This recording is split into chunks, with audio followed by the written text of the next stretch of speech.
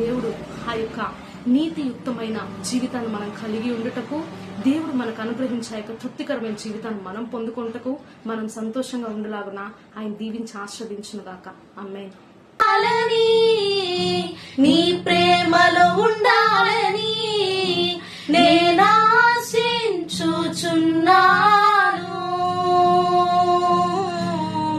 పరలోకమే ఎన్ సొందమే.